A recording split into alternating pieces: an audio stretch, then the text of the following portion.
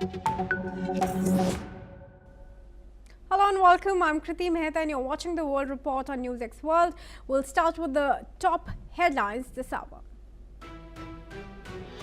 Trump says Venezuela will turn 50 million barrels of oil. US crude futures fell 1.3% to $56.39 per barrel after the announcement. White House says US discussed range of options to acquire Greenland, including use of military. Trump says he has a good relationship with Indian Prime Minister but highlighted Modi's displeasure over 50% US tariffs on Indian linked to Russian oil purchases.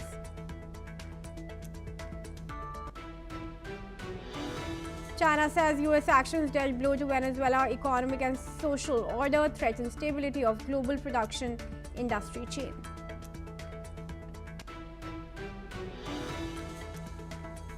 Reports suggest the deceased Hindu journalist Rana Pratap Bairagi, who was shot dead in Bangladesh, had been paying protection money for months.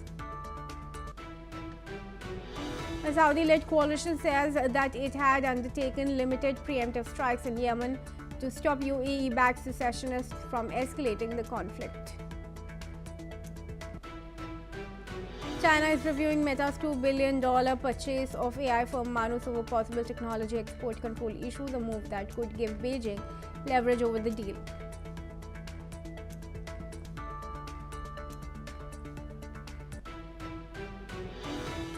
NVIDIA CEO confirms that China won't make any formal announcement about approving imports of NVIDIA's H200 chips.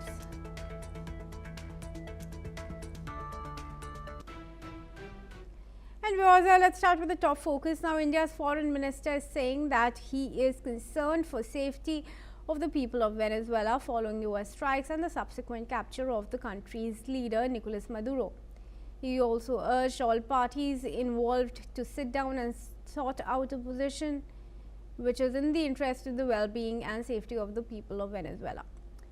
Donald Trump's decision to attack Venezuela, arrest its president and temporarily run the country marks a striking departure for a politician who long criticized others for overreaching on foreign affairs and vowed to avoid foreign entanglements. Let's listen in to that statement from the Indian Minister of External Affairs, S. Jaishankar. That yes, we are concerned at the developments, but we would really urge all the parties involved to now sit down and come to a position which is in the interest of the well-being and the safety of the people of Venezuela. Because at the end of the day, that is our concern. That we would want Venezuela as a country with whom over many years we've had very good relations. So we would like the people to come out well from whatever is the direction of events. Now, joining me in this discussion is Dr. Vipul Saxena, who is a defense and international relations expert from New Delhi. Thanks very much, Dr. Saxena, for joining me in this discussion. Of course, different reactions have come in from different parts of the world now. It's also coming especially after Trump's remarks on Indian Prime Minister Narendra Modi, and it's a reliance on Russia for oil and for weapons. Now, India has issued a statement, its External Affairs Minister, saying that it is concerned for the well-being of the people of Venezuela, like many others have also said. But let's talk particularly about how India-US relations could, if at all, change after Trump's military action in Venezuela. Okay, so let me give a complete perspective of the whole situation.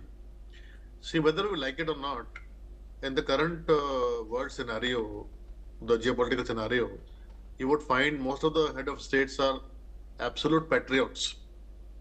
For them, nation first is the yardstick for doing any kind of deal.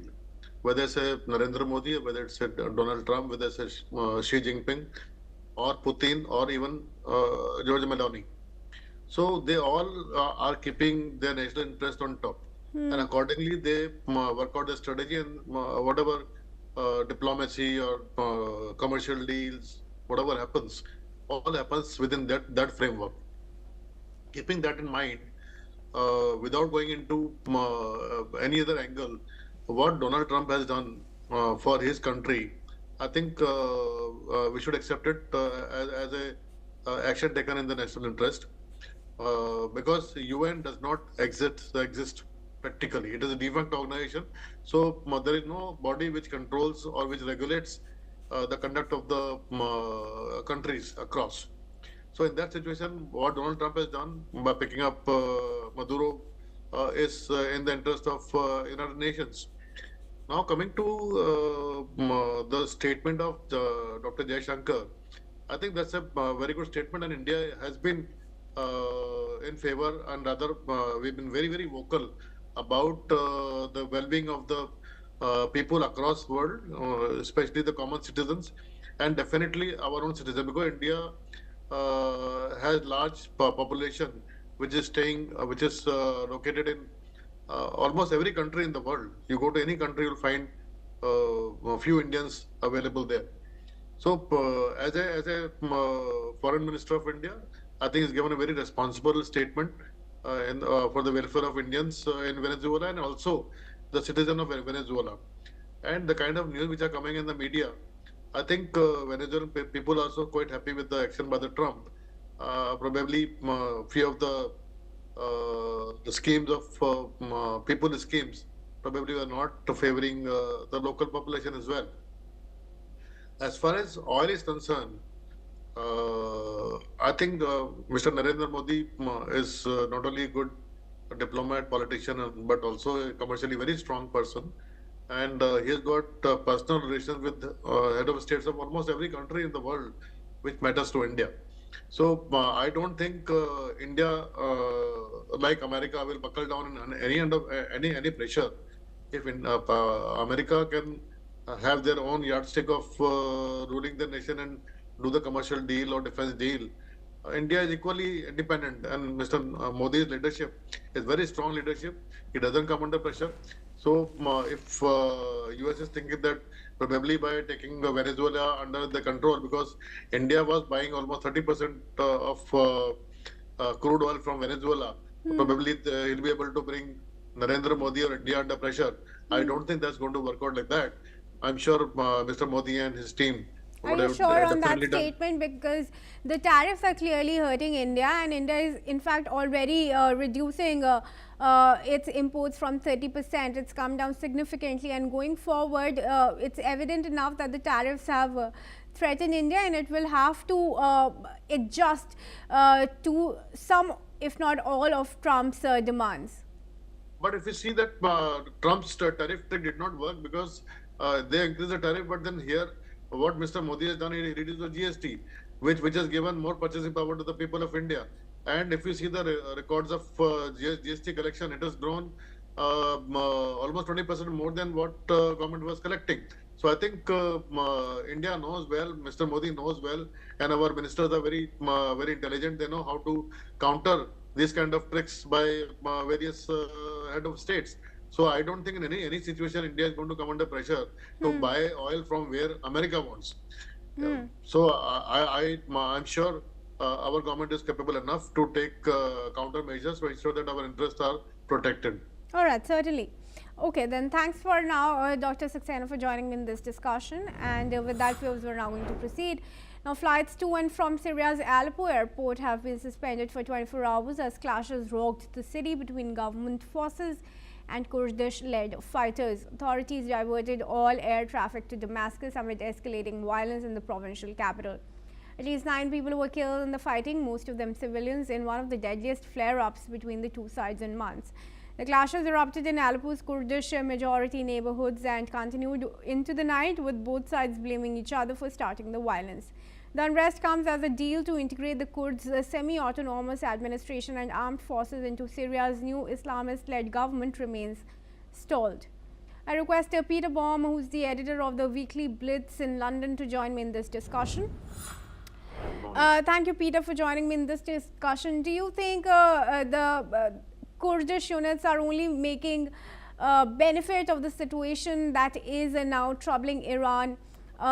Also, the protests that are escalating there? Good morning, and all credit to NewsX World for covering this very important story, which is, I assure you, being totally ignored by mainstream media in the West. Now, let's see what's happening. As I understand it, clashes, as we speak, are still ongoing, albeit they have been diluted somewhat. And the issue seems to be after a meeting between the current Syrian government and the Kurdish left, SDF, the Syrian Democratic Forces, no agreement was made as to how the Kurdish group would be integrated within the Syrian government and military. And this is the underlying reason why the clashes have occurred, because the Kurds want virtual independence, self-autonomy within the government, and the Syrians want integration, but at arm's length. So this impasse, unbelievably, have created the conditions where clashes broke out. Now, there's another thing here. It's clear that Syria, the current Syrian government, has the ear to all the major Western nations, the European Union and the Trump administration, and Gilani has shown incredible flexibility, as have the European nations, in coming together in an effort to make Syria more governable, which it isn't at the moment. We saw previously how the clashes broke out with the Druze and the Christians, etc., resulted in some horrendous killings. Now, the big player in this current impasse is Turkey, because Turkey, which has backed the Gilani government in the overthrow of Assad, at all costs does not want any Kurdish force to have what should we say, segregated militia capability, for example, as Hezbollah do in Lebanon. This is a red line for Erdogan and Turkey. He wants the Kurds to be fully under the control, the authority of the Gilani regime, and the SDF do not want that. They control, now although they're only 10% of the population, about 2.5 million Kurds of a population of 25 million in Syria, the Kurds do actually control the best assets of Syria. It's ones where the major oil reserves are and where agricultural production is far higher than the rest of the country. So the Kurds have some very important aces up their sleeve, as we say. This Turkey recognises and wants to ensure that the Kurdish control of such assets comes under the full control of their puppet, the Gilani regime. And this seems to be why and how the current clashes have occurred. But I must say again, full credit to your channel for covering this story, because it is being completely ignored by Western mainstream media. Yeah, indeed. Thanks, Peter, and for your opinion and perspective as well there. And I once again request you to stay on as there's some more information coming in. Now, viewers, Israel and Syria have also agreed to set up a joint communication mechanism under US supervision to share intelligence and coordinate military de-escalation. The dedicated cell will also facilitate diplomatic engagement and commercial opportunities.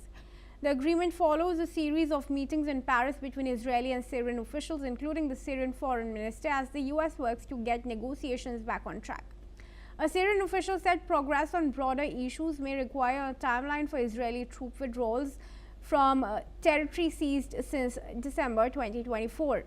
Israel has expanded its presence in the Golan Heights and conducted multiple attacks, including on the Syrian Ministry of Defense. The US says the mechanism will allow immediate coordination, dispute resolution, and risk reduction between the two countries. I'd request Peter to join me back in the discussion here. Peter, what do you think is really in the interest of the United States here? This is a major win for the Trump administration. And we have to be clear, about what's going on here. You see, for the last 50 years, up until the fall of President Assad, Syria and Israel have been at a state of war. Now, sometimes the clashes have been serious, sometimes less so, but nevertheless, for both countries, for both communities in those border regions, one can't live a decent life in a state of war. Since the new Syrian government has come in, under pressure from Trump, but also being quite flexible, they have agreed that this status quo has to change, and it has done. And we've seen indirect discussions between Syria and Israel, now leading to direct discussions. And this can only be good for the region. And it's a major win for the European nations and the Trump administration who have backed the Gilani regime. And of course, Israel are delighted with this because for once they can see after 50 years of antagonism between the two countries, there is a way forward which can ease tensions dramatically, and that seems to be the case. Israel are hoping, beyond any shadow of a doubt, that Gilani can control the rest of the country and bring the Kurds along with him. The Druze and Christian populations, formerly looking for Israel for protection, will continue to look to Israel for protection until such time as Israel is confident that the Syrian government can offer those minority groups the kind of protection they can offer the rest of the country. So in terms of the politics, it's a major win for the Trump administration and the European Union to bring Syria and Israel together to negotiate some kind of peace going forward, which previously the two countries were a state of 50 years of war. So for once, it's actually a good news story, and hope that both nations can build on this. Indeed. Thanks for your comment once again, Peter. And in fact, some more news that we would like to share with our viewers now. Unfortunately, at least 2 people were killed in southern Lebanon after Israeli forces struck a home in the Bint Jbeil area just a day before a committee is said to meet to monitor the year-long ceasefire with Hezbollah. The Israeli military says it targeted 2 Hezbollah operatives, calling one an engineering specialist involved in re-establishment efforts. The planned meeting includes representatives from France, Israel, Lebanon, the US and UNIFIL, aimed at overseeing the fragile truce. Since the ceasefire took effect in late 2024, Israeli attacks in Lebanon have continued with more than 300 people killed, including civilians, and ongoing bombardments forcing evacuations. Lebanese President Joseph Aoun has condemned the strikes, saying they undermine efforts to stabilize the border region as tensions with Hezbollah persist. All right, I request Peter to join me back in the discussion here. Hello. Yeah. Yes. Now, I think in the weeks and months ahead, we are likely to see similar incidents like this. Let me explain why. Hezbollah still have a presence in that geographical area. Israel's intelligence and the help Israel receives from its Jews and Christian allies, together with the anti-Hezbollah factions within Lebanon and Syria, are sufficient to allow Israel to make targeted attacks on Hezbollah terrorists. And we will continue to see this until such time as the Lebanese army and the Syrian government is able to control the Hezbollah groups within their geographies. Until that time, Israel will take it upon herself with the, I wouldn't say the blessing, but with the full knowledge and silent approval of both Lebanon and Syria, because neither of those two countries want an armed Hezbollah faction destabilizing what those two countries are trying to do in terms of peace with Israel.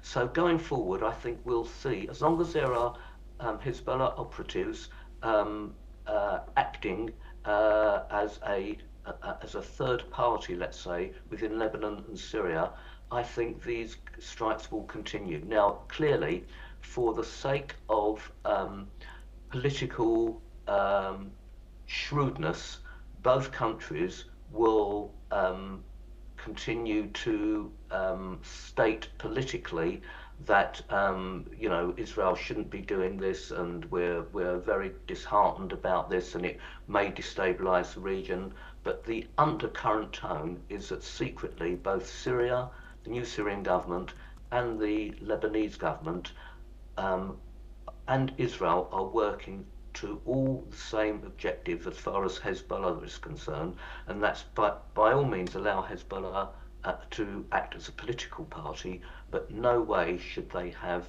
military capabilities. All right, sure. Thanks very much, Peter, for giving your assessment on the situation there. And with that, viewers, we have some breaking news now coming in. Now, according to filings by an US lobbying firm, Pakistan has made more than 40 outreach attempts to US President Donald Trump's administration during the period of Operation Sindoor, underscoring the intensity of its diplomatic efforts at the time. These disclosures suggest a concerted and urgent push by Islamabad to seek international intervention as the situation escalated. The frequency and tone of the outreach indicate mounting pressure and a clear desire to de-escalate on terms favorable to Pakistan. All right, evidence there of Pakistan clearly reaching out to the US in desperation. In fact, let's also tell you, viewers, how Pakistan in fact really begged for ceasefire, contacted the US at least 60 times, and that's the evidence on your screens that we are putting out. Lobbying through diplomats and Pentagon. Pakistan contacted US 60 times and begged really for a ceasefire during Operation Sindoor in its conflict with India. And in fact, the full list has been published by the Department of Justice in the US, and the document on your screens and now clearly exposing the panic that Pakistan was struck with, leading to the ceasefire.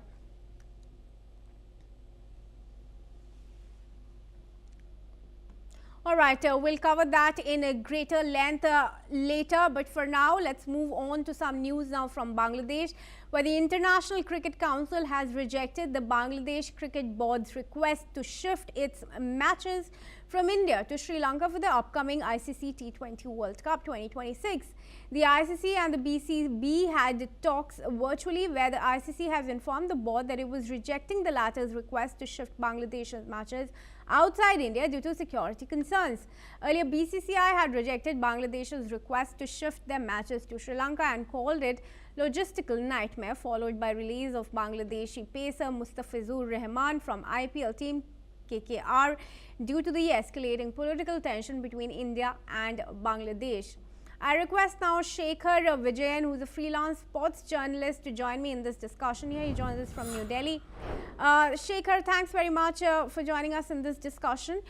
How realistic is it for Bangladesh board to ask for its matches to be shifted, especially from India, which is in a rather safe situation as of now, comparing to Bangladesh, which is in a dire state of turmoil? See, there are three things to this. One is Bangladesh is trying to create a mountain out of a molehill. The second thing is, with little less than a month left for the World Cup to start, it's not easy to change the venues. It's not like it's not a gully cricket game. It is a T20 World Cup where there are different nations involved in it. It's not just Bangladesh. It's not just India. It's not just Pakistan. We've got Australia. We've got England. We've got other teams also participating in this. So I think Bangladesh needs to take cognizance of this fact. The second, I think the most important factor here is ICC really needs to crack down on this and take a firm stand. And needs to let Bangladesh know that they cannot blackmail a country on this pretext, saying that the country is not safe. I think in the case of the kettle calling the pot black, Bangladesh of all the countries should never even say that India is not a safe country. India is the safest country in the world right now. Yeah. India is the largest democracy and the longest democracy in the world. We have got people from all minorities, from all shapes and sizes and all religions staying in India. So I don't think a country like Bangladesh can even point fingers at India, wherein right now the situation in Bangladesh is quite bad. As we talk, there are Hindus being killed in Bangladesh. They're being bullied, they're being terrorized. Not just Hindus, people of all minorities are being lynched and killed and being burned. So I think Bangladesh needs to first focus on that. I think the bigger issue is in Bangladesh there are elections around the corner, and they want to make an issue which becomes very symbolic to Bangladesh, which becomes very specific to Bangladesh. And they thought with this opportunity where they put India on the back foot, where they try to blackmail India into submission, into changing the venue, which is certainly not feasible, not practical, and not possible. Because you have a board. It's not just the BCCI. It's also the ICCI which needs to take a decision here, and needs to take a quick decision to let Bangladesh know that this is not done. Yeah, indeed. Well, that's all that I wanted to ask you in this discussion. Thanks very much, Shekhar, for joining me and giving your perspective. It's a clear situation, not much to be deliberated upon given the political turmoil in Bangladesh. And with that, we're now going to move to track some climate news. Now, the pace of Germany's greenhouse gas emissions cuts slowed further in 2025, putting the country's climate goals at risk. According to a new study, emissions fell by just 1.5% last year, down sharply from steeper reductions in previous years. At the current rate, experts warn Germany will miss its target of cutting emissions by 65% by 2030 compared to 1990 levels. To stay on track, emissions would need to fall 4 times faster from next year onward. While gains came from struggling energy-intensive industries and record solar generation, emissions rose again in transport and buildings. Cold weather increased heating demand, while higher fuel use pushed transport emissions higher. The report raises fresh questions over government policies as critics warn recent moves could undermine Germany's long-term climate ambitions. All right, and that's all we have time for. Do keep watching NewsX World for more news updates from around the world.